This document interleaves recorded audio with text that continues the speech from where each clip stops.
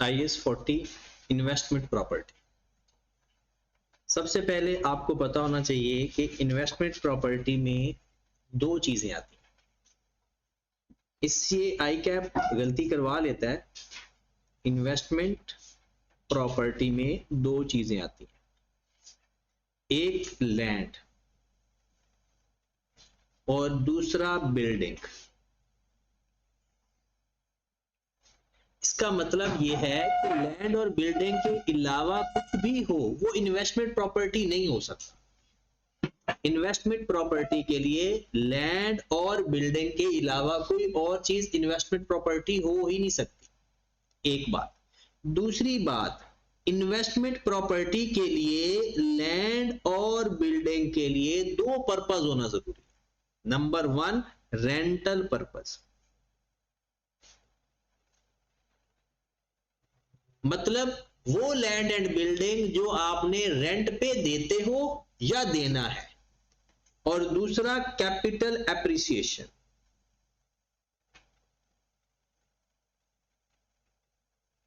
और वो भी लॉन्ग टर्म कैपिटल एप्रिसिएशन। अब इन चार वर्ड के बाहर इन्वेस्टमेंट प्रॉपर्टी नहीं है। पहली बात, लैंड एंड बिल्डिंग के अलावा इन्वेस्टमेंट प्रॉपर्टी नहीं है। और दूसरी बात, सिर्फ वो लैंड एंड बिल्डिंग जो रेंटल पर्पस के लिए है या फिर लॉन्ग टर्म कैपिटल एप्रिसिएशन के लिए। ये जो लॉन्ग टर्म कैपिटल एप्रिसिएशन है, इसका मतलब ये है हमने जमीन खरीद ली या बिल्डिंग खरीद ली और हमने कहा 4-5 साल बाद 10 साल बाद जब इसकी वैल्यू बढ़ेगी तब हम इसको सेल करेंगे। एक होता है शॉर्ट टर्म। शॉर्ट टर्म मतलब है जैसे ही थोड़ा सा प्रॉफिट मिला सेल कर दिए, वो नहीं। ठीक होगी बात। तो इसकी कुछ एग्जांपल हैं। इसमें एक लैंड के लिए स्पेशल केस है। वो स्पेशल केस क्या है कि अगर कोई लैंड जिसका यूज अभी अनडिटरमन हो, लैंड जिसका यूज अनडिटरमन हो, वो भी इन्वेस्टमेंट प्रॉपर्टी कहलाता है। तो इन्वेस्टमेंट प्रॉपर्टी की डेफिनेशन की हद तक ये बातें हैं। पहली बात, लैंड एंड बिल्डिंग होगा। दूसरी बात, रेंटल पर्पस और कैपिटल एप्रिसिएशन। और उनमें लैंड जिसका अभी डिफाइन नहीं है यूज के क्या करना है उसका, वो भी इन्वेस्टमेंट प्रॉपर्टी में कैटेगराइज कर सकते हैं। अब इसकी एग्जांपल कुछ आई कैप ने अपनी बुक में दी हुई है। वो एग्जांपल क्या है? Land held for long term capital appreciation, एक। Land held for currently undetermined future use, ऐसी लैंड जिसका भी यूज डिफाइन नहीं है। फिर पहले दोनों बातें लैंड के लिए। फिर बिल्डिंग जिसको आपने लीज आउट किया हुआ है। लीज आउट होता है रेंट पे देना। लीज का क्या मतलब होता है? रेंटल के लिए देना। अगर आपके पास बिल्डिंग है जो आपने लीज आउट की हुई है, नंबर 1 बिल्डिंग है जिसको आपने लीज आउट करना है। दो बातें, जो बिल्डिंग आपने लीज आउट की हुई है मतलब रेंट पे दी हुई है। दूसरा, जो बिल्डिंग आपके पास पड़ी हुई है, खाली पड़ी हुई है, लेकिन आपने उसको रेंट पे देना है, तो वो लैंड बिल्डिंग भी आपकी इन्वेस्टमेंट प्रॉपर्टी में आएगी। तीसरा, property that is being constructed या developed for future use as investment property, मतलब वो प्रॉपर्टी जो आपने फ्यूचर में उसको या तो रेंट पे देना है या कैपिटल एप्रिसिएशन है, तो वो भी किस में आएगा? Investment property. तो इन्वेस्टमेंट प्रॉपर्टी में ये इसमें एग्जांपल में से भी कोई एग्जांपल एमसीक्यूज में आ जाती। अब वो तमाम चीजें जो इन्वेस्टमेंट प्रॉपर्टी में नहीं आती, उसमें दो चीजें मेन। एक इन्वेंट्री, मतलब जिसको आपने बेचने के लिए खरीदा, आपके पास पड़ी हुई है कि आपने उसको सेल करना है, आपके पास अवेलेबल है, या जो चीजें इस्तेमाल हो रही हैं उसको बना के आपने बाद में उसको सेल आउट कर देना है, या खुद इस्तेमाल करना है अपने एडमिनिस्ट्रेटिव पर्पस के लिए। अपने rental to other but other than land and building, फिर प्रोडक्शन प्रोसेस में इस्तेमाल होनी है। ये सारी एग्जांपल्स ये बहुत ज्यादा नजर आ रही हैं, ये ज्यादा है नहीं। इसमें जो इंपॉर्टेंट है ये पहली, property intended for sale in ordinary course of business, inventory की बात हो रही है।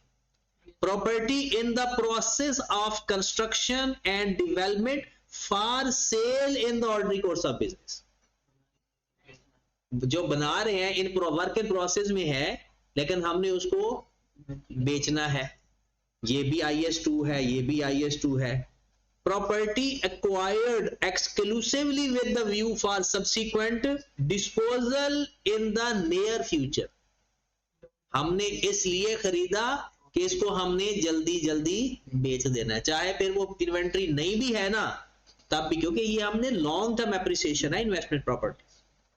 Property acquired exclusively for development and, यहां तक ये सारा IS2 की रिलेटेड बातें हैं।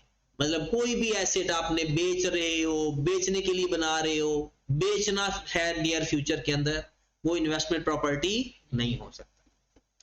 फिर उसके बाद आ जाता है ऑनर ऑक्युपाइड प्रॉपर्टी, ये होता है IS16। कहते हैं ऑनर ऑक्युपाइड का मतलब है बिजनेस की पोजेशन के अंदर है और वो उसने अपने इस्तेमाल करना, एडमिनिस्ट्रेटिव पर्पस के लिए इस्तेमाल करना हो, या उसको आप प्रोडक्शन प्रोसेस में इस्तेमाल कर रहे हैं, मतलब प्लांट एंड मशीनरी वगैरह।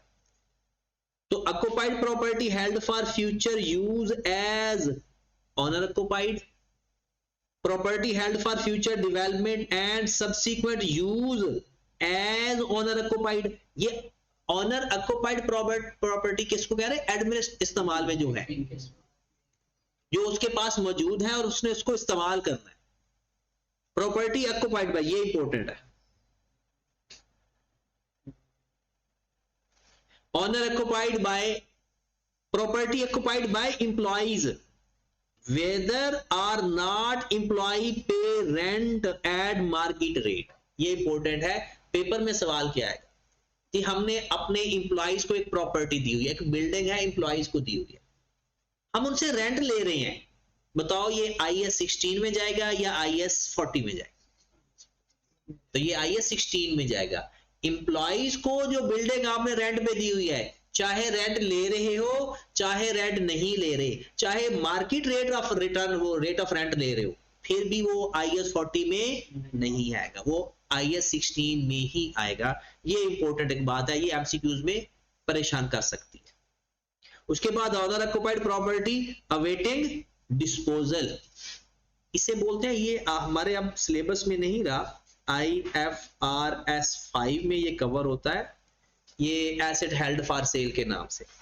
मतलब वो एसेट जो हमने उसको सेपरेट कर देते हैं कि यार इसको हमने अगले साल या इन नियर फ्यूचर बेच देना है, तो वो भी आपकी IS40 में, IS40 की डेफिनेशन में rental purpose, long term capital appreciation. उसके बाद एक क्वेश्चन आ सकता है आपको पेपर में 1 से 2 नंबर का, हम इन्वेस्टमेंट प्रॉपर्टी को बाकी प्रॉपर्टी के साथ क्यों सेग्रीगेट करते हैं, क्यों अलग करते हैं? अब इसका जवाब सिंपल है कि जो इन्वेस्टमेंट प्रॉपर्टी है वो independent future cash flow generate करती है, जो बाकी एसेट्स हैं वो इंडिपेंडेंटली कैश फ्लो जनरेट नहीं कर सकते। जैसे कि आप लोगों ने बिल्डिंग रेंट पे दिया, रेंट आ रहा है, कैश फ्लो आ रहा है, बेनिफिट आ रहा है। अगर आपके पास एक प्लांट है, प्लांट क्या कैश फ्लो दे रहा है? उसके लिए आप लोगों को पहले उसका रॉ मटेरियल मिलेगा आपको, फिर आप इन्वेंट्री तैयार करोगे, इन्वेंट्री तैयार करके वेयर हाउस में जाएगी, वहां पर सेल होगी, आगे जाकर आउटलेट में सेल होगी। तो मतलब डिफरेंट एसेट्स मिलके कैश फ्लो जनरेट कर रहे होते हैं। एक और एग्जांपल देता हूं, एक बिल्डिंग में आपका ऑफिस है, वो ऑफिस कैश फ्लो जनरेट कर रहा है? वो तो कुछ नहीं कैश फ्लो जनरेट कर रहा डायरेक्ट, अब वो तो बहुत ही इनडायरेक्टली है।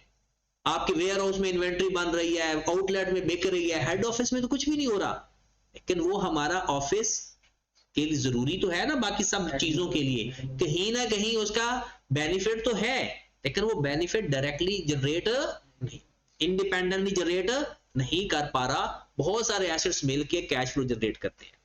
तो इसका यही जवाब है, investment property generate cash flow legal largely independently of the other assets held by the entity.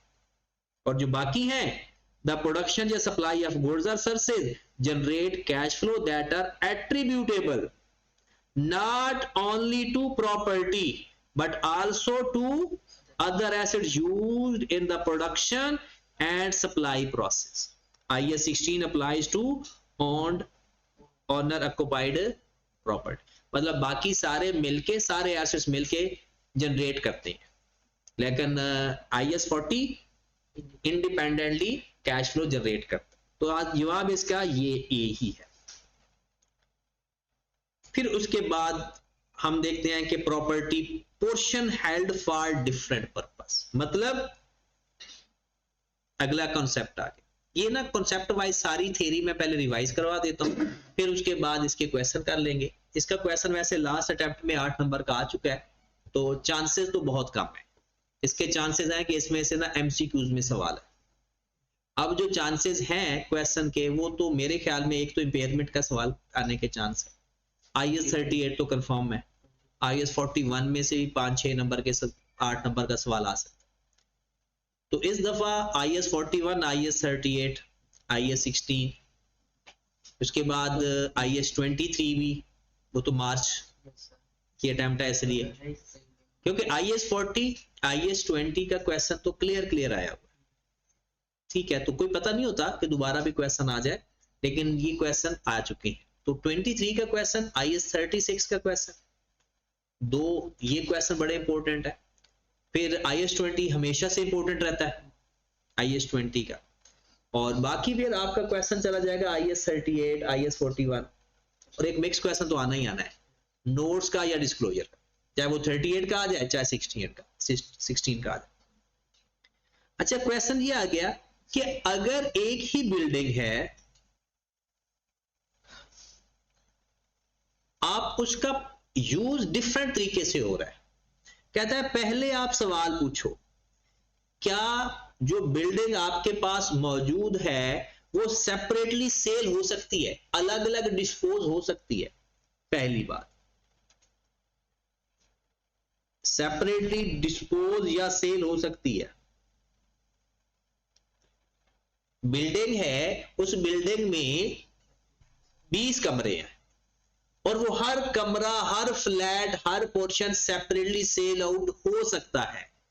फिर वो कहता है कि अगर वो सेपरेटली सेल हो सकता है, कुछ आपने रेंट पे दिया हुआ है, कुछ अपने इस्तेमाल में है, तो फिर जितना रेंट पे है वो IAS 40, जो ऑनर ऑक्युपाइड है वो IAS 16। अगर वो सेपरेटली सेल हो सकते हैं तो IAS 40 का हिस्सा IAS 40 में, IAS 16 का हिस्सा IAS 16 में। मतलब असल ये है कि वो बिल्डिंग जो कुछ हिस्सा रेंटल के लिए है, कुछ हिस्सा अपने इस्तेमाल में, तो हम उसको किस स्टैंडर्ड में कवर करेंगे? तो वो क्या कहता है कि जितना हिस्सा अगर वो सेपरेटली डिस्पोजेबल है, तो जितना हिस्सा रेंटल पे है या कैपिटल एप्रिसिएशन पे है वो चला जाएगा IAS 40 के अंदर, और जो ऑनर ऑक्युपाइड है वो चला जाएगा 16 में। ऑनर ऑक्युपाइड से क्या मुराद होगा? अपने इस्तेमाल में। फिर नेक्स्ट कहते हैं नहीं, अलग अलग सेल नहीं हो सकते, नॉट सेपरेटली सोल्ड।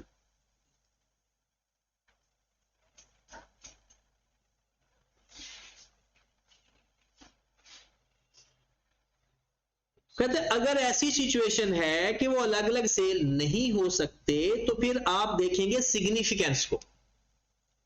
20 कमरे हैं, आप कहते हो 18 कमरे रेंट पे दिए हुए हैं, 2 कमरे अपने इस्तेमाल में हैं, इसका मतलब है सिग्निफिकेंट पोर्शन आपने रेंटल पे दिया हुआ है, तो फिर आप देखेंगे सिग्निफिकेंस को।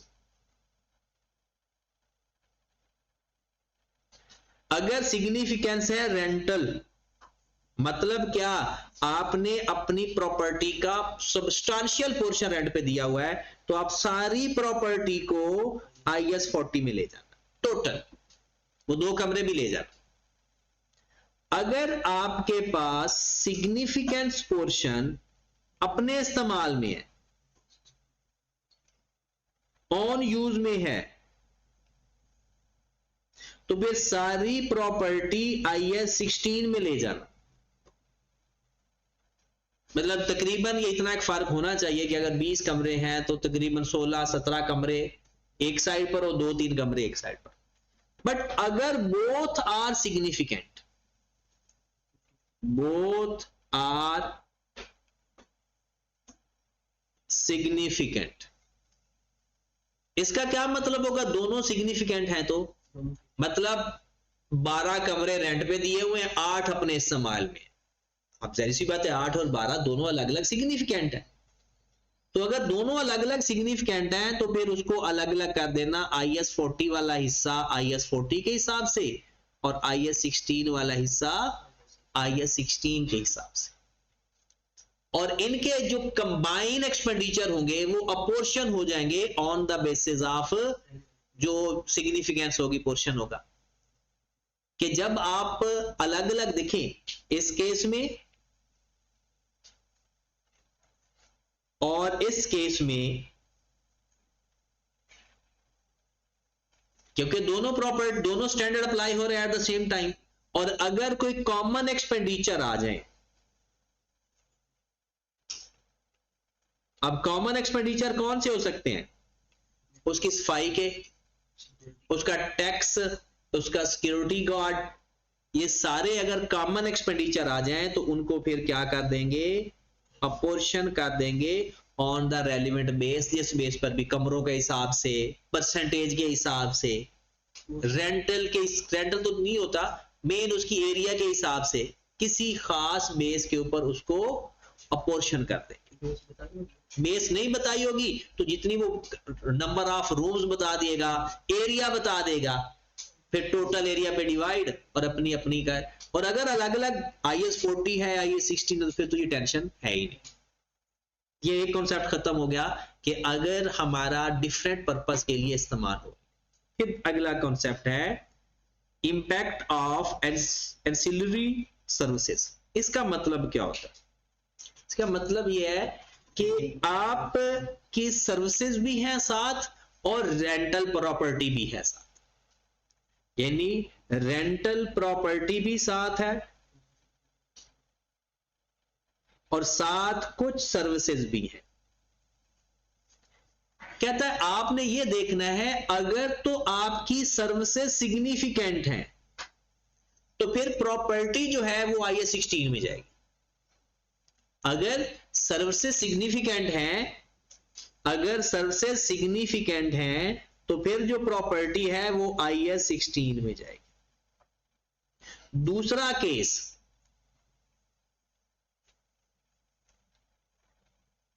कि अगर आपकी रेंटल प्रॉपर्टी भी है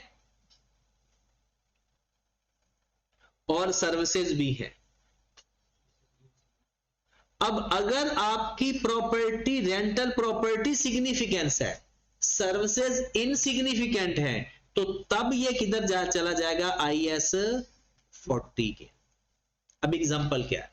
मिसाल के तौर पर आपने अपनी एक बिल्डिंग रेंट पे दी हुई है और उसको ये कहा है कि जो सिक्योरिटी गार्ड की सर्विसेज है ये हम आपको प्रोवाइड करेंगे। अब मेन काम क्या है? जो आपने प्रॉपर्टी रेंट पे दी हुई है या आप सिक्योरिटी गार्ड की सर्विसेज दे रहे हो? मेन तो प्रॉपर्टी दे रहे हो, तो वो जो रेंटल प्रॉपर्टी है तो ये आपका IS 40 हो। अब दूसरी जगह पर सपोज दैट आप लोग ये कहते हो कि भाई हम एक टीचिंग फैसिलिटी दे रहे हैं और साथ जो आउटसाइडर हुए हैं उनको हम हॉस्टल की सर्विसेज भी देंगे। अब मेरा मेन काम क्या है? हॉस्टल का बिजनेस है या टीचिंग का बिजनेस है? अगर टीचिंग का बिजनेस है तो मेन मेरा जो काम है वो सर्विसेज का है, सर्विसेज प्रोवाइड कर रहा हूं, ना कि मेरा काम है कि लोगों को मैं अपनी प्रॉपर्टी रेंट पे देता हूं, और ना ही मैं हर किसी को रेंट पे दे रहा हूं, सिर्फ वो लोग होंगे जो स्टूडेंट्स होंगे। तो यहां पर जो मेरी रेंटल प्रॉपर्टी होगी वो किस में आ जाएगी, IAS 16 के। तो देखेंगे अगर सर्विसेज सिग्निफिकेंट है तो फिर प्रॉपर्टी जो रेंटल है, जो मुझे रेंट मिल रहा होगा हॉस्टल का, वो मेरा इनसिग्निफिकेंट होगा। पेपर में जो बुक में एग्जांपल दी हुई है वो होटल की है। कहते हैं होटल के अंदर वो जो सर्विसेज देते हैं ना, मेन उनका होता है सेमिनार अटेंड करवाना, मेल सर्विसेज देना, इस तरह की सर्विसेज हैं। तो वहां पर जो लोग जाकर रहते हैं 1-2 दिन के लिए, जैसे यहां पर आप इस्लामाबाद जाते हो तो होटल में कुछ दिन क़याम करते हो, तो उसका वो रेंट तो लेते हैं, लेकिन उनका मेन काम अपना होटल रेंट पे नहीं देना, बल्कि मेन काम क्या है, अपनी सर्विसेज, वो जो खाना प्रोवाइड कर रहे हैं, जो सेमिनार वहां अटेंड करवा रहे हैं, कोई फंक्शन अरेंज करवाते हैं, मेन उनका वो काम। तो उनकी जो प्रॉपर्टी आएगी वो IAS 40 के अंदर नहीं आएगी। हाँ जी, if the services are insignificant to the arrangement as a whole, अगर सर्विसेज इनसिग्निफिकेंट है तो फिर वो जो प्रॉपर्टी है वो किस में चली जाएगी, IAS 40। और if the services are significant, तब वो प्रॉपर्टी किस में चली जाएगी, अगर उसके पास कोई रेंटल प्रॉपर्टी पड़ी हुई है तो IAS 16 के। एक नोट लिखा हुआ है कि अगर आपको नहीं पता चल रहा, it may be difficult to determine whether services are significant to the arrangement as a whole, judgment needed to determine whether property qualifies as investment property or not। कहता अगर आपसे मुश्किल हो रही है कि इसका सिग्निफिकेंस क्या है, तो फिर आप अपनी जजमेंट के हिसाब से जो मर्जी लिख। उसके बाद है इसकी रिकग्निशन एंड मेजरमेंट। कोई भी नॉन करंट एसेट है उसकी रिकग्निशन हमेशा क्या होती है, future economic benefit flow to the entity, cost measured reliable, it is probable that future economic benefit that are associated with the investment property will flow to the entity। Main यही बात है, future economic benefit will flow to the entity। आगे तो ये लिखो ना, associated with that asset, उस asset के, और cost measured reliable। मेजरमेंट का ताल्लुक अमाउंट से होता है। अमाउंट कौन सी लिखेंगे, कहता है एट रिकग्निशन। एट रिकग्निशन का मतलब है जिस दिन खरीद के लाए, इनिशियल मेजरमेंट। कहता है एक तो उसकी परचेज प्राइस ले लेना, professional fees for legal service, property tax नहीं, प्रॉपर्टी ट्रांसफर टैक्स, ये इंपॉर्टेंट। एक है जब हमने प्रॉपर्टी टैक्स दिया वो ट्रांसफर टैक्स होता है, एक होता है नॉर्मल प्रॉपर्टी टैक्स जो हर साल देते हैं। वो जो हर साल प्रॉपर्टी टैक्स देते हैं वो नहीं ऐड करना एसेट की कॉस्ट में। जब जो ट्रांसफर करते वक्त जो प्रॉपर्टी पर टैक्स लगा, जिसे हम कहते हैं नॉन रिफंडेबल टैक्सेस, ये वो है। और अदर ट्रांजैक्शन कॉस्ट जो डायरेक्टली इन्वॉल्व होगी उसकी एक्विजिशन, और कुछ ऐसे खर्चे हैं जो हमने ऐड नहीं करने। स्टार्टअप कॉस्ट, स्टार्टअप कॉस्ट क्या है कि आपने उसके ऊपर यानी उसको स्टार्ट करने के लिए, कोई बिजनेस स्टार्ट करने के लिए या उसको उस हालत में लाने के लिए कुछ खर्चे किए, सफाई सुथराई, प्री कमेंसमेंट एक्सपेंडिचर जिसे हम कहते हैं। या हम कहते हैं कि बिल्डिंग तैयार है, अब हमने इसको रेंट पे देना है, अब रेंट पे देने के लिए हम उसकी सफाई करवा रहे हैं, उसको व्हाइट वॉश करवा रहे हैं, तो ये खर्चे उसकी कॉस्ट में ऐड नहीं हुए। Operating losses incurred before the investment property achieve the planned level of occupancy। इसका मतलब क्या है, आपको इनिशियल ऑपरेटिंग लॉसेस हो रहे हैं। आपकी बिल्डिंग है 20 कमरों की और 20 कमरों का आपको प्रॉपर्टी टैक्स भी देना पड़ रहा है, उसकी सफाई भी करवा रहे हो, बिजली का बिल भी आ रहा है, लेकिन अभी 2 ही कमरे रेंट पे दिए हुए। इसका मतलब है कि आपको हो सकता है लॉस हो रहा हो। कहता है जो शुरू में लॉस होगा वो एसेट की कॉस्ट में ऐड कर देगा, कि अगर आप अभी फुली ऑक्यूपेंसी लेवल अचीव नहीं हुआ तो उसका जो लॉस होगा वो एसओपीएल में जाएगा, एसेट की कॉस्ट में ऐड नहीं। एबनॉर्मल वेस्टेज ड्यूरिंग कंस्ट्रक्शन या developing the property, abnormal wastage तो कभी भी एसेट की कॉस्ट का हिस्सा। After recognition, cost model, fair value. Cost model से, फेयर वैल्यू मॉडल से क्या मुराद है कि पहली बात है कि अगर फेयर वैल्यू मॉडल लोगे ना तो 3-4 बातें इंपॉर्टेंट। पहली बात, सारी प्रॉपर्टी फेयर वैल्यू मॉडल में रखेंगे। नंबर 2, डेप्रिसिएशन नहीं लेंगे। नंबर 3, जो फेयर वैल्यू में डिफरेंस आएगा वो एसओपीएल को चार्ज करेंगे, चाहे फेयर वैल्यू गेन आए चाहे फेयर वैल्यू लॉस है, बात खत्म। दोबारा फेयर वैल्यू मॉडल पे होगा तो क्या करेंगे, सबको फेयर वैल्यू मॉडल पे रखेंगे, गेन या लॉस एसओपीएल में लिखेंगे और उसकी डेप्रिसिएशन नहीं है। अब एक बात यहां पर आती है, अगर कोई एसेट जिसकी fair value can not be measured reliable, तो उसको कॉस्ट मॉडल पे रखने की एक्सेप्शन है। मतलब आपने फेयर वैल्यू मॉडल पे रखा हुआ है, क्या रखा हुआ है, फेयर वैल्यू मॉडल पे रखा हुआ है, लेकिन एक ऐसा एसेट जिसकी fair value can not be measured reliable, उसका क्या करोगे फिर, उसको कॉस्ट मॉडल पे रखा जा सकता है, बट कल को उसकी दोबारा फेयर वैल्यू मेजरेबल है तो फिर उसको दोबारा उस पे नहीं लेकर आते और उसकी रेजिडुअल वैल्यू भी 0 रखते हैं। उसको कॉस्ट मॉडल पे ले जाते हैं और उसकी रेजिडुअल वैल्यू भी 0 रखते हैं। ठीक होगी बात। अब ये बात वही लिखी गई, all investment property measured at fair value, gain या लॉस एसओपीएल में, और डेप्रिसिएशन नहीं लेते। और कॉस्ट मॉडल बिल्कुल वैसे ही है जैसे IAS 16 होता है, डेप्रिसिएशन लेना, बुक वैल्यू फाइंड करना, बिल्कुल सेम सारा वही होता है। इंपोर्टेंट में लिखा हुआ है, the chosen policy must be applied for all investment property. और अगर इसके अंदर आपने चेंज लेकर आना है, चेंज सिर्फ 2 तरह से लाया जा सकता है किसी भी जगह, एक स्टैंडर्ड रिक्वायर्ड करे या उसकी presentation become relevant and reliable. Voluntary changes in policy shall be made only if the changes result in the financial statement provide reliable and relevant information। और इस चेंज को रेट्रोस्पेक्टिवली लेना है। जो IAS 16 में कॉस्ट मॉडल से revolution model में जाते हैं वो प्रोस्पेक्टिवली लेते हैं, बट IAS 40 में अगर चेंज आता है तो ये अकॉर्डिंग टू IAS 8 लेते हैं। डी रिकॉग्निशन कब होती है, मतलब एसेट से खत्म कब करेंगे, एसेट बेच दो या उसको परमानेंटली IAS 40 से निकाल दो, ट्रांसफर कर दो, या उसका बेनिफिट आना बंद हो जाए। कि डी रिकॉग्निशन में डिस्पोजल, या when investment property is permanently withdrawn from the use, या no future economic benefit from its disposal, तब भी हम उसको डी रिकॉग्नाइज कर देते हैं, निकाल देते हैं, क्रेडिट कर देते हैं। उसके बाद ये बात हम पढ़ चुके हैं कि inability to measure fair value reliable.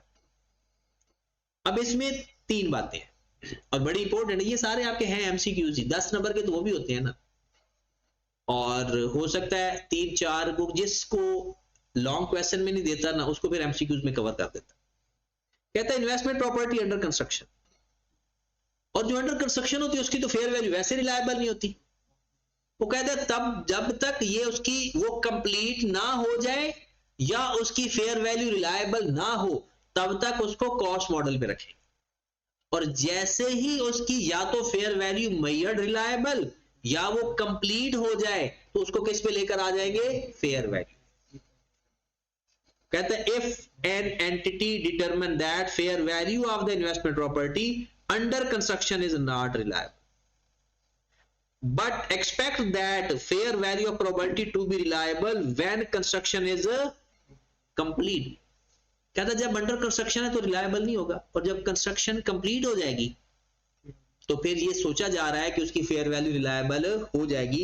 तो it shall be measured investment property under construction cost until either fair value become reliable या construction is completed whichever is earlier।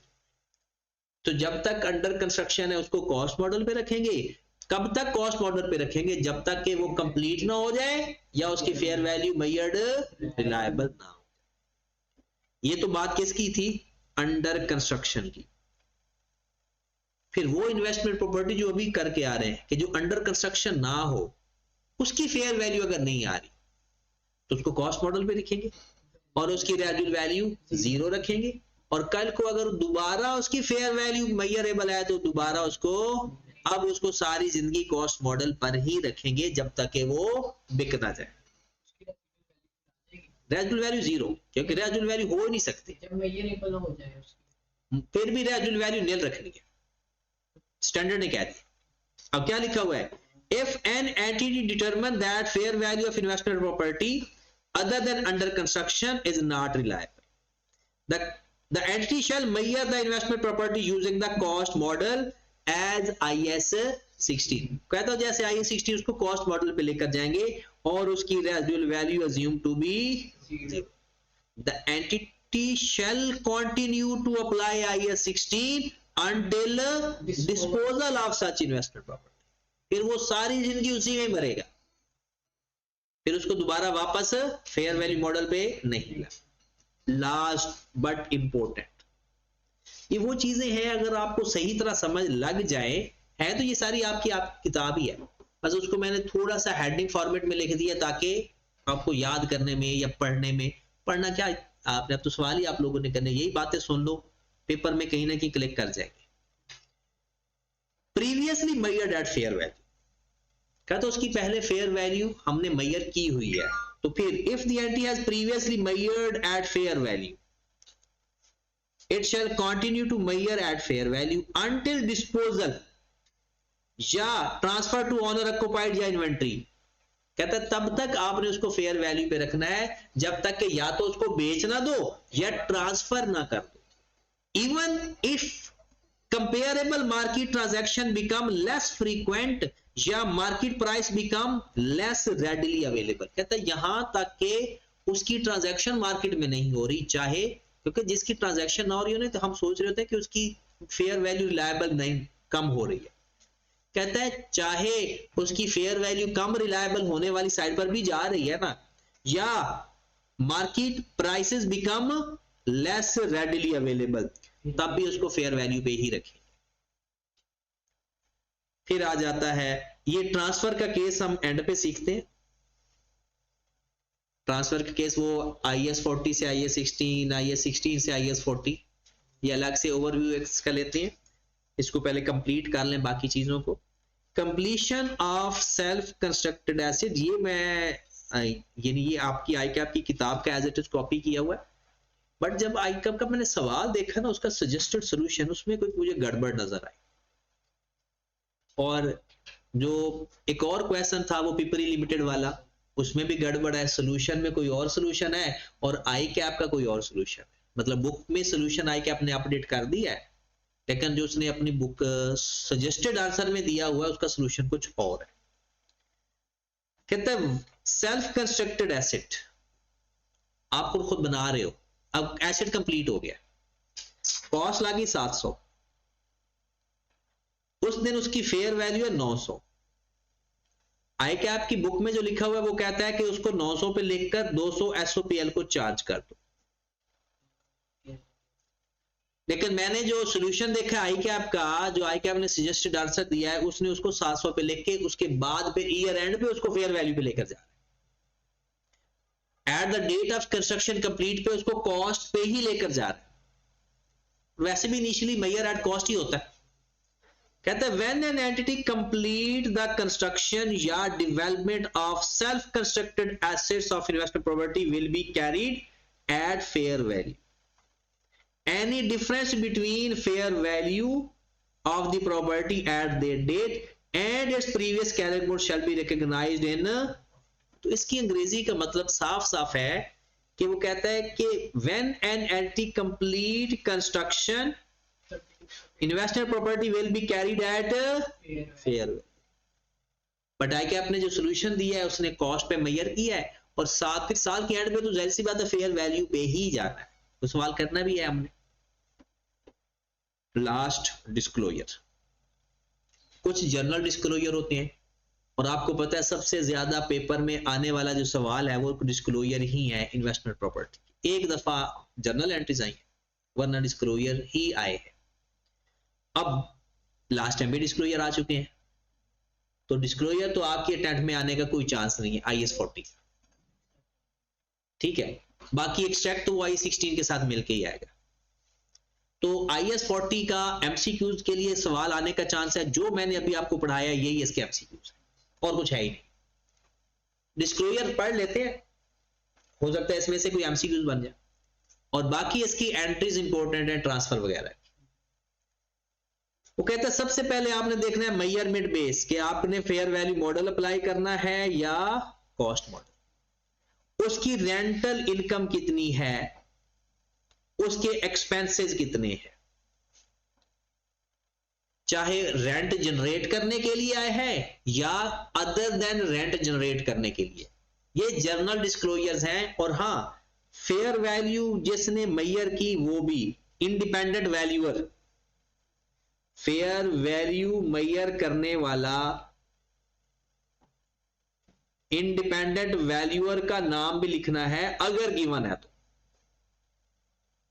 ठीक होगी बात। उसके बाद कहता है अगर तो फेयर वैल्यू मॉडल है तो आपने ये काम करना है, बस ब्रॉड डाउन प्लस कर देना है अगर कोई खरीदा है, माइनस कर देना है अगर कोई बेचा है, नेट गेन या लॉस, अगर फेयर वैल्यू बढ़ गई तो प्लस, फेयर वैल्यू कम हो गई तो माइनस, ट्रांसफर, अदर चेंजेस और कैरी डाउन। मतलब अगर आपका फेयर वैल्यू मॉडल है तो क्या होगा, brought down plus addition minus disposal plus minus fair value gain या लॉस, ट्रांसफर इन या ट्रांसफर आउट, मतलब कोई आया या कोई आउट हुआ, और कोई और चेंजेस अगर आई है तो ठीक है, वरना कैरी डाउन। इंपॉर्टेंट बात ये आ सकती है 2 नंबर की, 3 नंबर की। कहता है आपका फेयर वैल्यू मॉडल है और एक एसेट की फेयर वैल्यू रिलायबल ही नहीं है। कहता है अगर ऐसी सिचुएशन आ जाए ना तो उसकी 4 बातें आपने डिस्क्लोज करनी है। ऐसी प्रॉपर्टी जिसकी फेयर वैल्यू, आपका फेयर वैल्यू मॉडल है बट आपने उसको कॉस्ट मॉडल पे रखा हुआ क्योंकि उसकी fair value reliable.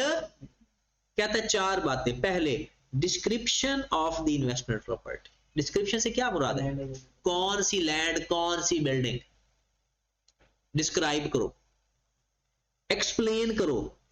Y fair value can not be measured reliable, क्या मसला है वो रीजन बताओ। ये पेपर में सवाल सिर्फ इतना आएगा कि मेरे पास एक इन्वेस्टमेंट प्रॉपर्टी है, मैं उसको फेयर वैल्यू मॉडल पे रखा हुआ है लेकिन उसकी फेयर वैल्यू रिलायबल नहीं है, बताओ क्या क्या बातें डिस्क्लोज करनी पड़ेंगी। तो ये 4 बातें लिख कर आनी है। पहले, description of the investment property, explanation why fair value can not be measured reliable. तीसरा, if possible range of estimate, अगर मुमकिन है तो कोई अंदाजा, कोई रेंज लिखे, मतलब 50 लाख से 70 लाख, 80 लाख से 90 लाख, कोई एस्टिमेट बताएं अगर पॉसिबल है तो। Last, the fact of the disposal of such investment property, मतलब अगर आपने उसको बेच दिया तो वो लिखो उसकी कैरिंग अमाउंट क्या थी और उसके ऊपर गेन या लॉस ऑन डिस्पोजल कितना है। मतलब ये बेच दिया तो जैसे आप कहेंगे कि 60 मिलियन की पड़ी थी, 70 मिलियन की बिक गई, ये बात लिख कर आए। फिर अगर तो कॉस्ट मॉडल है तो कॉस्ट मॉडल का IS 16 वाले डिस्क्लोजर लिखेंगे, वो जो कार्ड नहीं बनाते हम, एक breakdown, addition, disposal, carry down आ जाएगा। फिर अक्यूमुलेटेड डेप्रिसिएशन का breakdown, depreciation for the year, अगर कोई इंपेयरमेंट है तो वो, और कैरी डाउन। और ये भी आपको पता होगा कि इंपेयरमेंट टेस्ट कॉस्ट मॉडल पे लगता है, फेयर वैल्यू मॉडल पे। एक इंपॉर्टेंट इसकी बात है वो मैंने लिख दी है, आपका कॉस्ट मॉडल है, आपने फिर भी फेयर वैल्यू लिखनी है, डिस्क्लोज करनी है। IS 40 के अंदर ये अक्सर IS 16 वाला वो मिक्स कर देगा, IS 16 में ऐसा डिस्क्लोज नहीं करना होता। IS 40 के अंदर अगर आपका कॉस्ट मॉडल है तो आपने फिर भी इन्वेस्टमेंट प्रॉपर्टी की फेयर वैल्यू डिस्क्लोज करनी है। और अगर fair value can not be measured reliable, फिर वही 4 बातें, description of the investment property, why fair value not reliable, if possible range estimates और गेन या loss at the time of disposal. ठीक है, ये चीजें बाकी तो कंप्लीट हो गई। ट्रांसफर का थोड़ा सा मैं बताकर फिर क्वेश्चन पे चलते हैं। ठीक है, चलिए जी। ट्रांसफर बहुत आसान है। सबसे पहले ये सारी जो अभी मैं ट्रांसफर सिखा रहा हूं ये इस अजम्पशन के साथ है कि IS 40 फेयर वैल्यू मॉडल पे।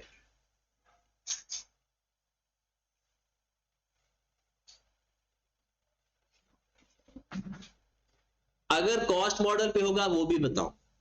अभी हम किस अजम्पशन के साथ जा रहे हैं? IS 40 फेयर वैल्यू मॉडल पे है, तब ये सारा कुछ होगा जो हम करने लगे। केस नंबर 1, IS 40 में थे पहले, IS 16 में जा रहे हैं।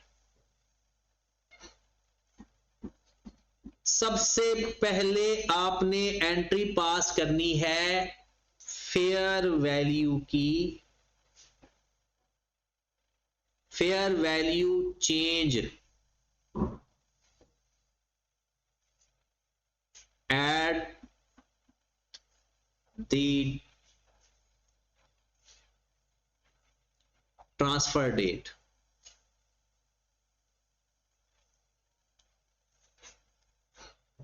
आपने देखना है according to IS 40, according to IS 40 जिस स्टैंडर्ड में आप हो पहले उस स्टैंडर्ड की एंट्री पास करोगे।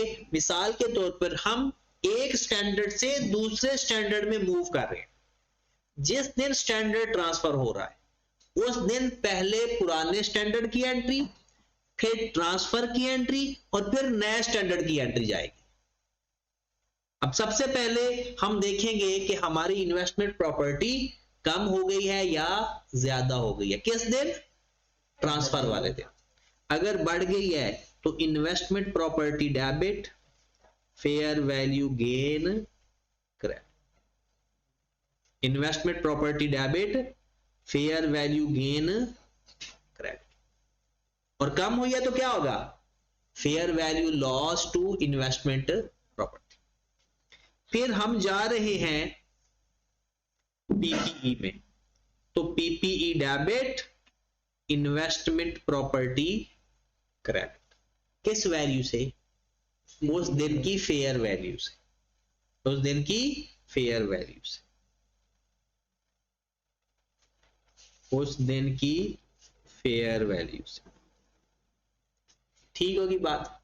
नेक्स्ट, उसके बाद फर्दर जो PPE है कॉस्ट मॉडल पे आए तो उसको डेप्रिशिएट करने शुरू कर दो, रीवैल्यूएशन मॉडल पे आए तो उसको रीवैल्यू करना शुरू कर दो। आगे IS 40 या 16 जाने और प्रॉपर्टी प्लांट एंड इक्विपमेंट जाने। ठीक होगी बात? दूसरा केस, अगर आप लोग पहले IS 40 में हो और जा रहे हो IS 2 के अंदर, इसमें भी बिल्कुल वैसा ही है। अब सिंगल एंट्री भी पास कर सकते हो, डबल एंट्री भी। सबसे पहला काम क्या करेंगे? हम IS 40 के हिसाब से उसकी फेयर वैल्यू मेजर करें। जो भी उसकी फेयर वैल्यू होगी एंट्री पास करेंगे, investment property debit, fair value gain. Loss होगा तो क्या करोगे? Loss to fair investment property. फिर हम जा रहे हैं इन्वेंट्री के अंदर, तो इन्वेंट्री या स्टॉक डेबिट, इन्वेस्टमेंट प्रॉपर्टी। अब फर्दर जब इन्वेंट्री सेल होगी तो cash to sale, cost of sale to inventory. Further inventory की अपनी जाती जर्नल एंट्रीज पास हो। अगर सेल होगी तो सेल की एंट्री पास होगी, और अगर डैमेज हो गया तो lower of cost NRV loss की एंट्री पास हो जाएगी। फर्दर इन्वेंट्री बन जाएगी। ये था 40 से हम किधर जा रहे थे? IS 2 और IS 16। अब अगर IS 16 से IS 40 में जा रहे हैं,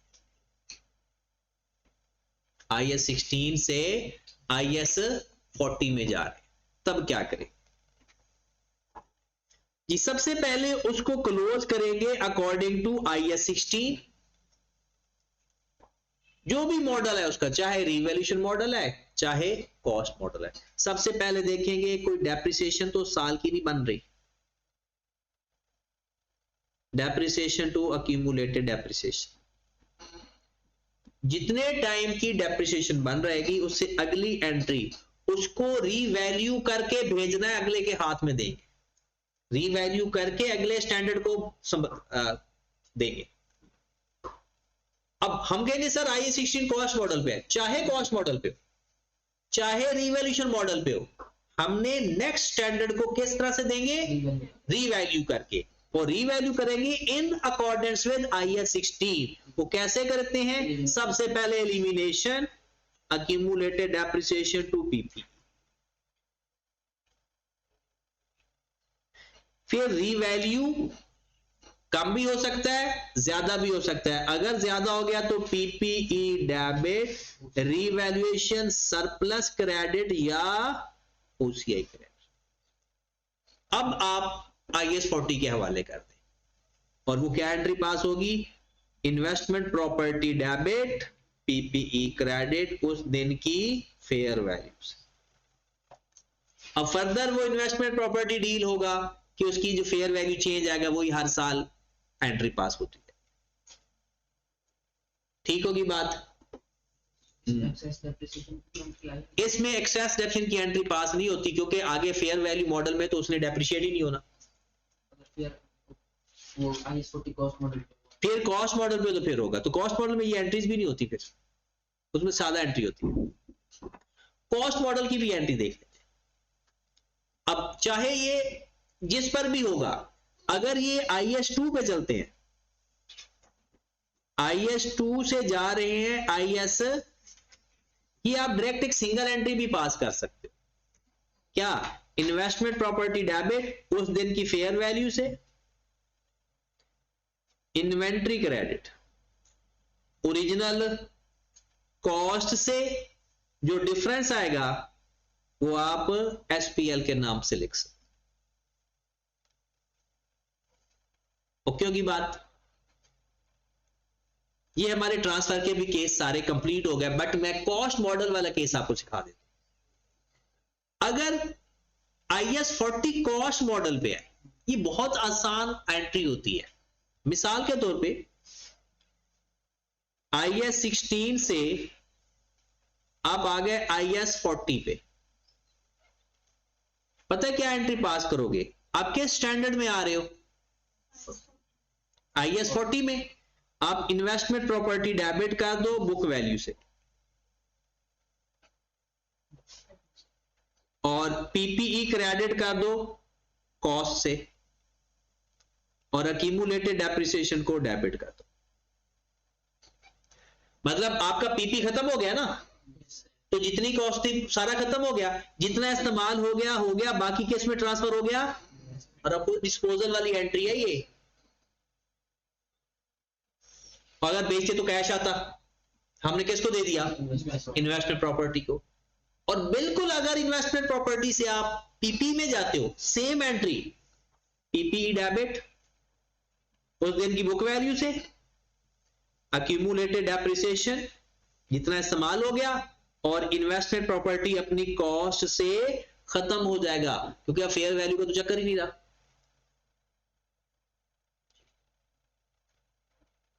ठीक होगी बात। अब ये इसकी सारी बातें पूरी होगी। अब सबसे पहले हम आप लोगों के साथ लास्ट अटेम्प्ट का क्वेश्चन शेयर डिस्कस करते हैं। 8 नंबर का ये सवाल पेपर में आया, फ्री के नंबर। अगर ये अब पूरा, क्योंकि हम तकरीबन हर सवाल इसका डिस्कस कर रहे हैं, 2025 में जो भी आया MCQs आए, 8 नंबर का सवाल आपको आया था ये इन्वेस्टमेंट प्रॉपर्टी का। लिखा क्या हुआ है, prepare note on investment property includes in the financial statement, comparative figures are not required। दिसंबर 2024। अब 8 नंबर अगर हम देखते हैं तो इसमें टाइम भी टाइमर लगाकर करते हैं। 8 नंबर के सवाल के लिए हमें 15 मिनट तो चाहिए होते हैं, 15 मिनट होते हैं, 14-15 minute. The following information pertain to the properties of NL. NL owns 4 properties that are acquired in previous years 2023 and earlier. The fair value of these properties at different dates are as follow. हमारा year and क्या है? दिसंबर 2024। कहता है 1124 में property A 740, 810, 450 और 800 एक तरह के प्रोडक्ट। फिर 31 मई को उसने फेयर वैल्यू बताई हुई है और 31 दिसंबर को। पहले उसने कहा है नोट्स, तो मैं सबसे पहले नोट्स का परफॉर्मा बना ले। सबसे पहले लिखूंगा नाम, फिर लिखूंगा notes to the financial statement, notes to the financial statement for the year ended.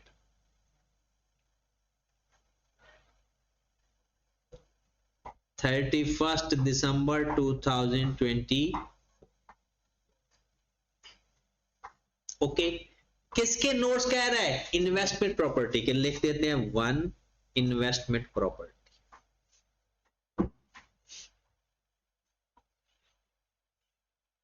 अब क्वेश्चन हम अपना शुरू करते हैं।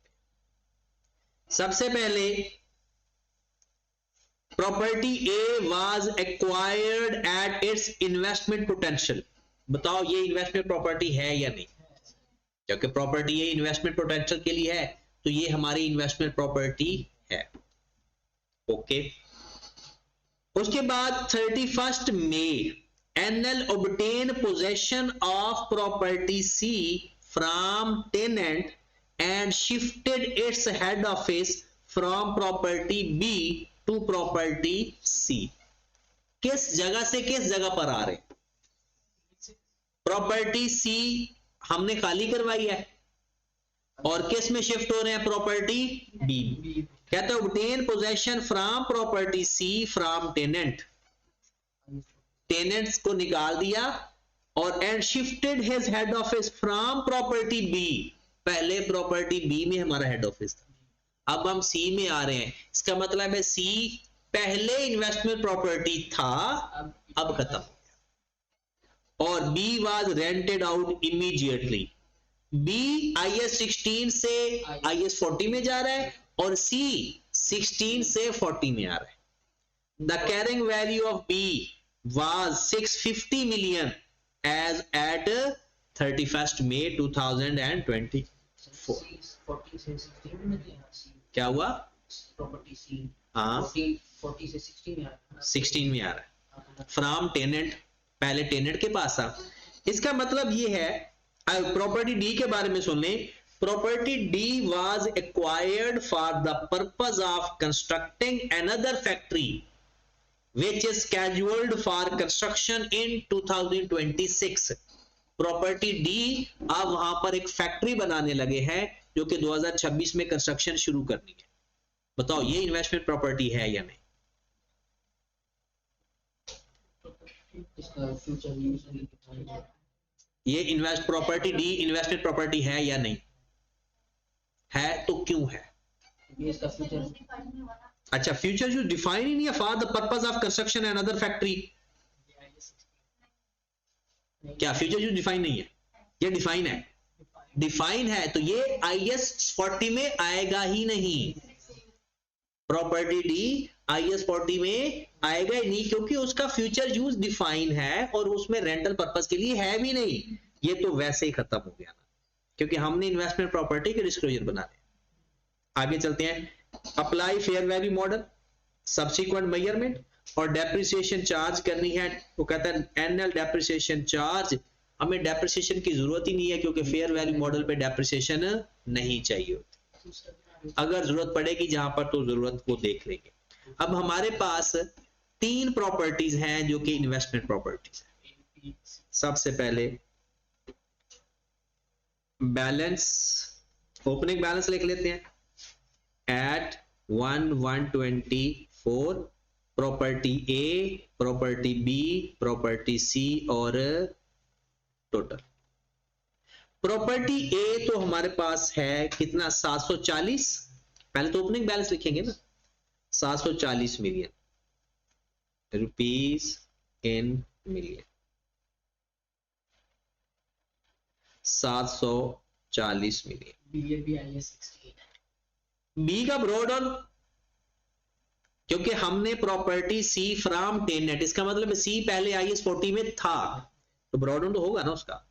ब्रॉड ऑन कितना है 450, 450। और प्रॉपर्टी बी का ब्रॉड ऑन नहीं होगा क्योंकि वो तो PPE था पहले, वो इसमें था ही नहीं। अब एडिशन तो है नहीं, एडिशन तो है नहीं, ट्रांसफर है, एक ट्रांसफर इन है और एक ट्रांसफर, आप सिर्फ ट्रांसफर लिख रहे। किस वैल्यू पे ट्रांसफर होगा, उस दिन की फेयर वैल्यू पे, उस दिन की ट्रांसफर इन भी फेयर वैल्यू पे होगा और ट्रांसफर आउट भी उस दिन की फेयर वैल्यू पे होगा। तो बताएं जनाब उस दिन फेयर वैल्यू क्या है, प्रॉपर्टी बी की फेयर वैल्यू क्या है 790 और प्रॉपर्टी सी की फेयर वैल्यू क्या है 510। तो जो प्रॉपर्टी बी है वो इन हुआ है 790 से, और प्रॉपर्टी सी जो है वो आउट हुआ है, किस वैल्यू से आउट होगा 510। इसका टोटल खुद लिख लेना प्लस करके, ठीक है। उसके बाद फेयर वैल्यू गेन या fair value loss, fair value gain होगा तो प्लस करेंगे और लॉस होगा तो minus. Property A 740 brought on 760 की होगी, कम हुई ज्यादा, क्योंकि हमने एंड पे तो फेयर वैल्यू भी लिखना होता है ना, कितना ज्यादा हो गया 20। प्रॉपर्टी बी, प्रॉपर्टी बी का फेयर वैल्यू गेन आया या लॉस आया, सबसे पहले तो ये देखेंगे फेयर वैल्यू गेन आया या लॉस। ये 790 की इन हुई और अब हो गई 750, 40 का लॉस। प्रॉपर्टी सी, प्रॉपर्टी सी किस वैल्यू पे अवेलेबल थी 450 पे, ये 450 से कितनी हो गई थी 510, गेन आया था लॉस, 450 से 510, 60 का गेन आ गया, टोटल करके लिख लेना, खत्म होगी बात, आपका सवाल हल हो गया। बैलेंस एट 31 दिसंबर 2024, ये कितना हो जाएगा 760, 750, 0 और जो भी आंसर आएगा यहां। उसने नोट्स कहे हैं, एक हम लिखेंगे measurement base 1.1, investment property, all investment properties measured at fair value, measured at fair value। और क्या क्या बातें लिखते हैं, इंडिपेंडेंट वैल्यूअर का नाम लिखते हैं वो है नहीं, रेंटल इनकम लिखते हैं वो नहीं है, ऑपरेटिंग एक्सपेंस भी लिखते हैं वो भी नहीं, ठीक है। जो कुछ है ये आपका सवाल का जवाब पूरा हो गया, ये 8 नंबर का सवाल पेपर में आ चुका, ठीक होगी बात। अब अगले सवाल पे चलते हैं, ये पिछले सवाल ये एक ही सवाल था, नेक्स्ट क्वेश्चन पे चलते हैं जी।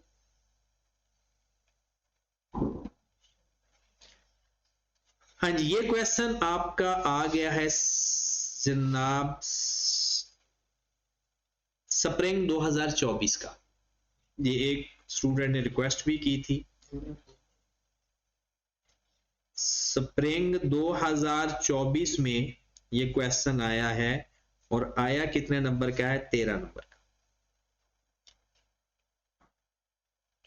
11 नंबर का सवाल ये, और 2 नंबर की एक एंट्री। 2 एंट्री क्या थी? कहते हैं assume that SL follow cost model for investment property, prepare journal entry to record transfer of property A on 30 April 2023। कहता है कॉस्ट मॉडल की भी एंट्री एक पास करके दी, और ये तो बहुत काम आसान। Prepare notes on investment property, show each property is separate column, column for total and comparative are not required. ना तो आपसे टोटल का कॉलम पूछा है और ना ही कंपैरेटिव फिगर पूछी। ठीक होगी बात। अब नोट्स का क्वेश्चन करने के लिए ना आप कोशिश किया करो कि अंदर इंफॉर्मेशन पहले पढ़ लिया करो। Fair value model is used, एक बात। Cost model is used for subsequent measurement for all property plant and equipment. Depreciation reducing balance method 10%। Rental revenue received 45 million and 6 million है अभी अक्रूड। इसका मतलब है आपकी रेंटल इनकम 51 मिलियन। तो आप सारा डिस्क्लोज करोगे, और repair and maintenance expense is 20, ये भी डिस्क्लोज करोगे। जर्नल डिस्क्लोजर में हमने पढ़ा है ये, जर्नल डिस्क्लोजर में क्या क्या डिस्क्लोज करते हैं? रेंटल इनकम भी डिस्क्लोज करते हैं और ऑपरेटिंग एक्सपेंस भी डिस्क्लोज करते हैं, और अगर इंडिपेंडेंट वैल्यूअर का नाम लिखा हुआ है तो वो बात भी लिख देते हैं। यहां पर उसने लिखा हुआ है all fair value are determined by alpha brothers independent firms of, ये सारे आपके डिस्क्लोजर लिखे हुए। अब आ जाओ अपने क्वेश्चन। ये क्वेश्चन है और हमने नोट्स बनाने। कहता है all information pertain to SL, SL obtain possession of property A from tenant on 30th April when SL shifted its head office from property B to property A. A मौजूदा किस में है? A प्रॉपर्टी इस time किस में है? 40 में। और जाहिर सी बात है shifted its head office from property B to property A, तो प्रॉपर्टी B इस टाइम किस में है? शुरू में 16 में। अब ये अदला बदली कर रहे हैं, 16 वाला 40 में जा रहा है और 40 वाला 16 में जा रहा है। कहता है property B was rented out immediately 30th April 23, जिस दिन ट्रांसफर हुआ। The fair value of property A was 740 million, हमें चाहिए भी। while the fair value of property B was determined as equal to its, कहता है जो प्रॉपर्टी बी की कैरिंग अमाउंट है वही फेयर वैल्यू है, और ये किस दिन की बात हो रही है? 30th अप्रैल की। The detail of property A and B are as follow. A खरीदा कब था, दोनों की डेट ऑफ परचेज, उनकी ओरिजिनल, और दिसंबर 2022 में फेयर वैल्यू, और दिसंबर 2000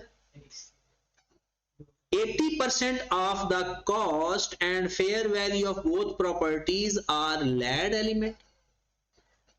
1st Feb, ये इंपॉर्टेंट है जो अभी हमने बात कर रहे थे। 1st Feb 2023 SL started construction of property C with view to earn rental in the future। बताओ किस में जा रहा है? इन्वेस्टमेंट प्रॉपर्टी में। The construction was completed 30th September 23 at a total cost of rupees 430 million. This include 7 million and 12 million professional fee for legal service and abnormal wastage. As it is word नजर आए या नहीं? Professional fee for legal service add करेंगे या नहीं? और abnormal wastage, ये दोनों ही उसमें शामिल हैं। इसका मतलब है 430 माइनस 12 इज इक्वल टू 40418। अब आगे पढ़े। कहता है operating losses 10 million were also incurred before the property was rented out on 1 दिसंबर 2020। कहता है रेंट पे टाइम पे नहीं गई प्रॉपर्टी तो 10 मिलियन का हमें ऑपरेटिंग लॉसेस आ गए। क्या इसको एसेट की कॉस्ट में ऐड करेंगे? अगर हम एक्सट्रैक्ट बना रहे होते ना तो ये अदर एक्सपेंस में चला जाता। Fair value of property C was determined as 380, 390, 395 as at 30th September 23, 1st December, 31st December। अब 31st दिसंबर तो लाजमी बात है वो तो काउंट होगी क्योंकि साल के एंड में हमने सारी इन्वेस्टमेंट प्रॉपर्टी को फेयर वैल्यू पे रखना होता है। लेकिन 30 सितंबर को जब एसेट कंप्लीट हुआ हमने सेल्फ कंस्ट्रक्टेड वाला कॉन्सेप्ट पढ़ के आ रहे, वहां पर वो लिख रहा है कि आपने उस दिन उसकी फेयर वैल्यू पे लेकर आना है। लेकिन आई कैप अपनी बुक्स के अंदर 418 पे लेकर आ रहा है। वो हालांकि लेना किस पे चाहिए था 380 से, तो 418 और 380 का डिफरेंस एसओपीएल में चार्ज कर देता, बट आई कैप ने अपने सोल्यूशन के अंदर 418 से लिखा हुआ है। दोनों बातें मैंने बता दी। हो सकता है जब कभी जिंदगी में आई कैप दोबारा इसको बुक में सवाल दे या बुक में उसको सही करके दे, वो फिर बात की बात है। लेकिन फिलहाल जो आई कैप ने अपने सजेस्टेड आंसर के अंदर लिखा हुआ है वहां पर 418 से लिखा हुआ है, और होना किस पे चाहिए था 380 से, क्योंकि सेल्फ कंस्ट्रक्टेड प्रॉपर्टी जिस दिन आप कंप्लीट हो जाती है आप उसको उसकी फेयर वैल्यू पे अपनी इन्वेस्टमेंट प्रॉपर्टी मानते हो, उसका जो डिफरेंस आता है वो एसओपीएल में लेकर जाता है। ठीक है, बट आई कैप ने अपने सजेस्टेड आंसर के अंदर 418 से लिखा हुआ है। हाँ, साल के एंड में तो उसने लिखना है 395 पे है, वो तो कंफर्म लिखेगा उसी पे क्योंकि साल के एंड की फेयर वैल्यू पे लिखा जाता है। चलें जी, इस क्वेश्चन को फिर हम हल करते हैं, इसके नोट्स बनाते हैं, और इसके नोट्स काफी सारे, ये नीचे वाले भी सारे नोट्स ही हैं। तो शुरू करते हैं। सबसे पहले क्या लिखा जाएगा, SL notes to the financial statement,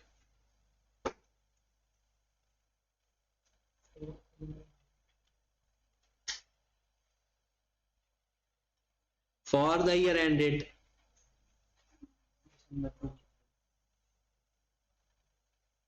हाँ जी 31 दिसंबर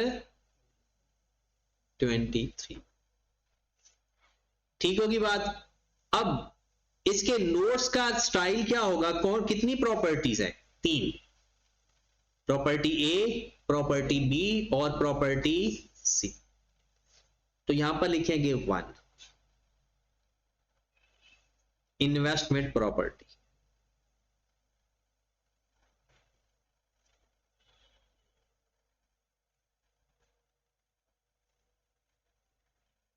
प्रॉपर्टी ए, प्रॉपर्टी बी, प्रॉपर्टी सी, और टोटल के कॉलम के बारे में उसने मना कर दिया।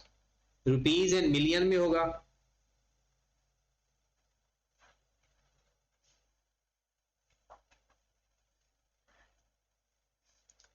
सबसे पहले हम लिखेंगे ओपनिंग बैलेंस, बैलेंस एट, क्या दिन बनता है हमारा, ईयर एंड क्या है दिसंबर 23, तो 11/23। हाँ जी बताओ, प्रॉपर्टी ए के बारे में बताओ पहले। तो प्रॉपर्टी ए हमारे पास पहले 40 में थी। चलिए उसका मुझे बताया 11/23 को उसकी फेयर वैल्यू क्या थी, 11/23 को उसकी फेयर वैल्यू क्या थी, 720, क्योंकि दिसंबर 22 11/23 की वही वैल्यू होगी 720। बी तो इसमें थी नहीं, 20 ही है, और सी वैसे एडिशन में आ जाएगी। अब एडिशन आपने आई कैप वाला लिखना है तो आई कैप वाला लिख ली। आई कैप ने इसका, अगर आपने आई कैप के सोल्यूशन से मैच करना है तो उसने इसको 418 से लिखा हुआ है, हालांकि उसको लिखना किस पे चाहिए था 380 से। 380 पे भी लिख सकते हैं, मेरे तो ख्याल में 380 से लिखना चाहिए क्योंकि स्टैंडर्ड के अंदर ये लिखा हो। फिर उसके बाद एडिशन के बाद ट्रांसफर की बात आ रही है, ट्रांसफर की बात कर लेते हैं। किस पे ट्रांसफर होगा? बुक, दोनों बुक वैल्यू फेयर वैल्यू पे ट्रांसफर होंगे। ए की फेयर वैल्यू क्या है? The fair value of the property, ये बात 740 हो जाएगा माइनस, ठीक है। और यहां पर एक लिख लेते हैं फेयर वैल्यू गेन या लॉस, तो 20 का इसका गेन आएगा, वो भी ऐड कर देते। प्रॉपर्टी बी की कैरिंग अमाउंट हमें फाइंड करनी पड़ेगी, तो चलते हैं, क्योंकि वो पहले तो आई 16 में था, तो उसकी कैरिंग अमाउंट फाइंड कर लेते हैं। प्रॉपर्टी बी को खरीदा कब था? 1721 को और 500 का, और वो था भी कॉस्ट मॉडल पे, तो उसकी फेयर वैल्यू के साथ हमारा कोई ताल्लुक ही नहीं है। हम 30 अप्रैल 2023 की बुक वैल्यू फाइंड करें, और इसमें लैंड का एलिमेंट निकाल के, लैंड का एलिमेंट निकाल के, तो क्या करेंगे? 500 है और लैंड कितनी है? 60%, तो 40% ले लें, कितना आ गया? 200। बुक वैल्यू डायरेक्ट फाइंड कर लो, मैं तो कहता हूं फार्मूला लगा के। खरीदा कब था? 1 जुलाई 2021 को, 6 महीने 2021 के, फिर 2022 का पूरा साल, और 2023 तो छोटा सा ही है। हाँ जी, तो पहले 6 महीने की डेप्शन लें, क्या रेट है? 10% था, 10% reducing balance multiplied by 10% multiplied by 6 by 12, कितना?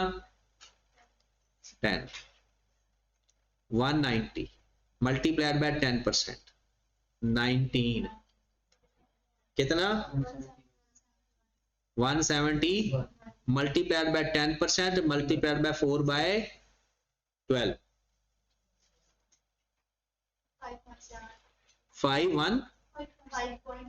5.7, 5.8 ही कर देते हैं, ये 5.7 ही समझ, 165.3, 160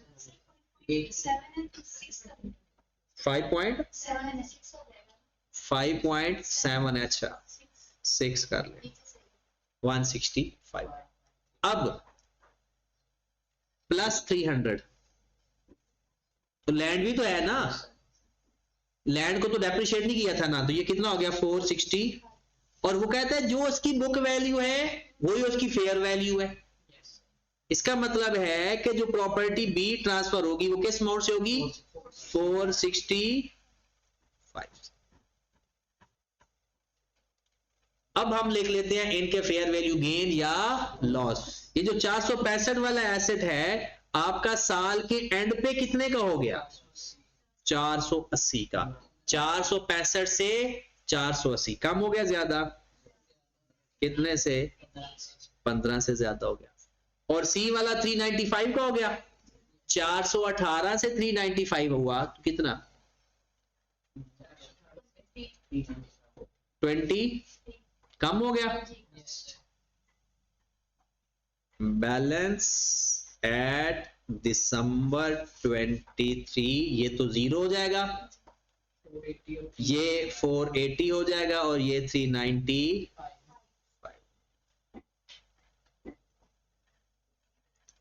अब इसके अंदर वो फॉर्मेलिटीज जरूर लिखनी है क्योंकि उसके भी अपने नंबर होते हैं। 1.1 all properties, all investment properties measured at fair value, fair value model। 1.2 fair value determined by Alpha Brother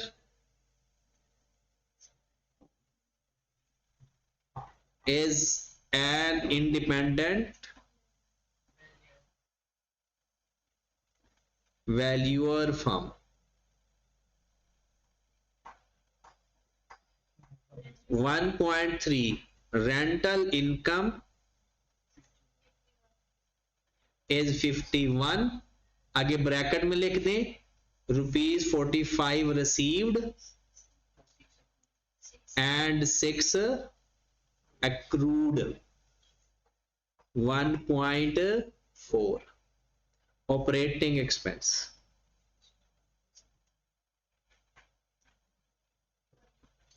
₹25, ये हमारा टोटल आंसर। एक बात उसने और की है, एक 2 नंबर की उसने, ये 11 नंबर का सवाल था और 11 नंबर के लिए हमें तकरीबन कोई टाइम जो चाहिए होता है कोई 20 मिनट चाहिए होते हैं और ये 20 मिनट से भी जल्दी हो गया सवाल। अब कोई भी सवाल देखें, खास तौर पर ये जो हमारे नॉन कट एसेट्स के स्टैंडर्ड हैं उसमें अगर हम देखें तो ये जो छोटे सवाल है ये तो बिल्कुल सीधे सीधे सवाल होते हैं। हमने 20 के भी सवाल देखे, 23 के भी सवाल देखे, 36 के भी सारे सवाल देख लिए, क्योंकि अब तो पुराने स्टैंडर्ड में से तो सिर्फ 16 ही रह गया ना, बाकी तो चारों स्टैंडर्ड हमारे हो गए पुराने। तो इसलिए सवाल वहां पर ना पैनिक नहीं होते, और जब पैनिक हो जाते फिर तो गया। सही नहीं जी। उसके बाद आखिरी एंट्री तो उसने क्या पूछी है, कहता है कि आप किसकी ट्रांसफर की एंट्री पूछ रहा है। कहता है अगर ये कॉस्ट मॉडल में है, दोनों कॉस्ट मॉडल पे है तो दोनों की बुक वैल्यू फाइंड करेंगे। देखिए उसकी तो बुक वैल्यू फाइंड हो चुकी है वैसे ही, ठीक है। हमने जिसको ट्रांसफर करना है वो कहता है बताओ कि ए को ट्रांसफर करने की एंट्री बताए। अब सबसे पहले इसकी बुक वैल्यू फाइंड करेंगे। बुक वैल्यू कितनी आएगी, इसको खरीदा था 750 का 2021 में, तो 750 पहले तो इसका 60% करें ना, 60-40 60% ले इसका, 750 का 40% ले, बल्कि कितना आ रहा है 40% 750 का 300 पूरा, तो पहले 30 आ जाएगा, फिर कितना बच जाएगा 270, फिर साइज आ जाएगा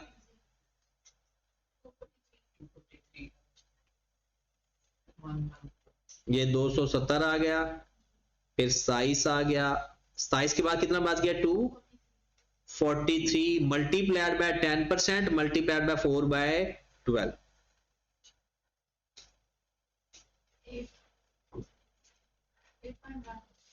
8 कर दे और 8 भी माइनस कर दे तो कितना आ गया 234.9, ये 235 आ गया। अब हमने करना क्या है, हमारा जो प्रॉपर्टी जो प्रॉपर्टी ये था वो किस स्टैंडर्ड में था, किस में था पहले IS 40 में, और अब जा किस में जा रहा है पीपी में, तो पीपीई डेबिट बुक वैल्यू से, पीपीई डेबिट बुक वैल्यू से, क्योंकि बुक वैल्यू से ट्रांसफर होता है 235, और इन्वेस्टमेंट प्रॉपर्टी ये 235 में वो 300 वो भी तो ऐड करो, नहीं, जब कॉस्ट मॉडल पे होता है तो फिर कॉस्ट पे जाता है, इसमें 300 वो भी ऐड, 300 था कितना था 650, हाँ 450 लैंड थी, 450 जमा ये कितना बच गया था 235 685, और इन्वेस्टमेंट प्रॉपर्टी टोटल कितनी थी 750, और अक्यूमुलेटेड डेप्रिसिएशन जो इसका डिफरेंस 60, ये एंट्री पास होगी। देखिए जब भी वो कहता है कि आपने कॉस्ट मॉडल्स पे हैं तो कॉस्ट मॉडल पे बुक वैल्यू जिसमें भी ट्रांसफर करना है ना बुक वैल्यू से ट्रांसफर करना, जिसमें जाएगा वो ऐड हो जाएगा, अक्यूमुलेटेड डेप्शन डेबिट हो जाएगी और वो अपनी कॉस्ट से खत्म हो जाएगी। ठीक होगी बात। चलें जी, ये क्वेश्चन भी आपका कंप्लीट हो गया। अब आप देखें कि इसका और सेपरेट क्वेश्चन कौन सा है, क्योंकि जो इसके साथ क्वेश्चन है ना IS 16 के, वो मैं आपको IS 16 के ही साथ करवाऊंगा। जैसे यहां पर आपके पास 17 नंबर का सवाल है आधा आधा, IS 16 का भी है और IS 40 का भी है।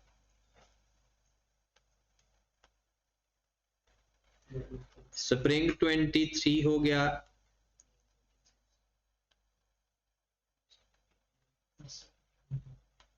ये बड़ा सवाल है, एक्सट्रैक्ट का क्वेश्चन है। जीरो लिमिटेड वाला हो गया, जर्मनी लिमिटेड हो गया, ये भी बड़ा क्वेश्चन है। इसमें भी आपने नोट्स बनाने हैं, पीपी के भी और इन्वेस्टमेंट प्रॉपर्टी के भी।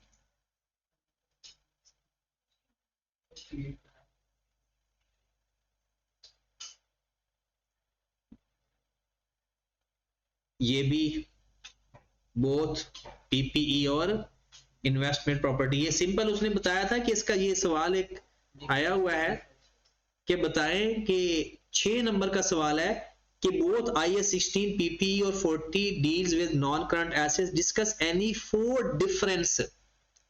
4 डिफरेंस बताने थे और सिंपल हमने सबसे पहला डिफरेंस क्या लिखना है कि जो IS 16 है वो प्रॉपर्टी प्लांट एंड इक्विपमेंट का है और जो IS 40 है वो इन्वेस्टमेंट प्रॉपर्टी का है, नंबर 1। नंबर 2, IS 16 के जो मेजरमेंट बेस्ड है वो कॉस्ट मॉडल और रिवैल्यूएशन मॉडल है और IS 40 का कॉस्ट मॉडल और फेयर वैल्यू मॉडल।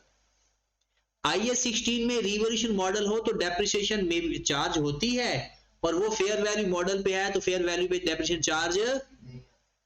तो जो फेयर वैल्यू गेन होता है वो IS 16 का OCI में जाता है और इसका फेयर वैल्यू गेन या लॉस SOPL में जाता है। बस इंडिपेंडेंट कैश फ्लो का भी बता सकते हैं कि जो IS 16 जो इन्वेस्टमेंट प्रॉपर्टी है वो जनरेट कैश फ्लो इंडिपेंडेंटली और ये है with the attribute with other assets. उसके बाद खत्म। इससे पहले जो क्वेश्चन है वो आपके IS 16 के होंगे, IS 23 के ना पुराने वो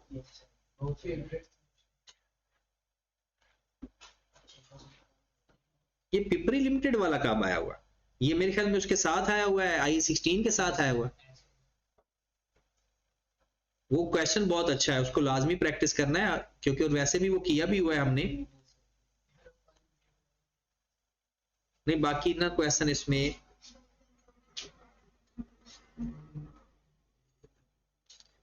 बाकी सारे ही इसके डिस्क्लोजर्स और एक्सट्रैक्ट के सवाल है।